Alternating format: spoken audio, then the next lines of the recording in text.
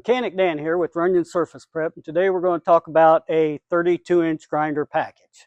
What you have is a vacuum and a grinder, 32-inch. Here's the two different kinds we have.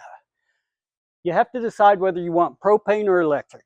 If you have access to 480, it's really easy. Just plug it in and go, but you got to mess with your cords. If you don't have access to 480 electric, get your propane. All right, we're going to start out with the propane. Here's a regular propane grinder, just like 32-inch, the CPS. You'll be pairing this up with a vacuum. It has to be a larger vac, like a T8600 or something like that.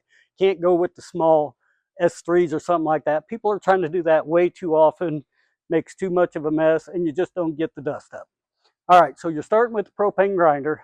You get your propane, you start grinding.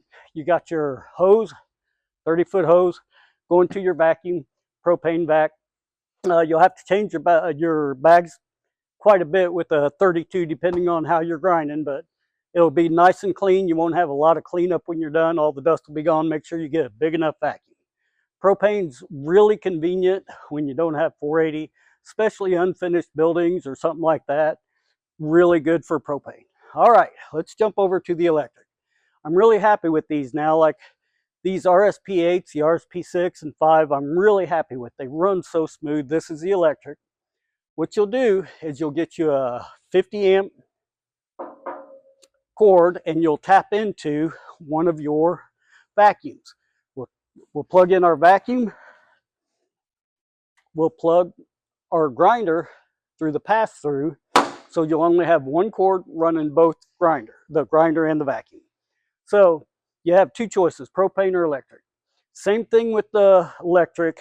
Use a large enough vacuum or it's just going to make a mess and you got a lot of cleanup. But this package right here is the T8600 or the T8. This is really nice with the RSP8. Same thing. Don't go past 30 foot with your vacuum hose. You start losing pressure and you start just making more of a mess. It just makes more of a cleanup when you're done if you don't have all your vacuum done just right. Make sure your skirts are good and tight. Make sure your hoses are good and tight, and don't go too long on your hoses. Everybody wants to do that because they don't like having to move anything. Well, the problem is once you have your cord connected to your vacuum, you've only got the length of the cord. So you want the length of the cord and the length of your hose to be about the same, because you're going to end up following your grinding around with your vacuum. All right, so two things you definitely need to find out: how you want to grind. Find out if you have electric. If you do, it's much easier just to plug and go. Really easy to go. We have several options when it comes to the electric. We also have the HTC 800. The same thing, 32-inch, 3-inch vacuum. Same thing, just don't get too far. 480 volt, plug it into your vacuum, pass through, you're good to go. And so find out your circumstances. If you can use electric, get electric, get plenty of cords. We have all the cords you need in different lengths. If you want to go propane, use your propane. We got all the tanks you need. One thing you need to keep track of, some people like Amazon and other warehouses, really temperamental about propane and exhaust. They're really sticklers on the emissions. So if there's any chance you can use the electric, use the electric. But if you're in some place that's really particular, sometimes you have to tune these down a little bit just to get away with it.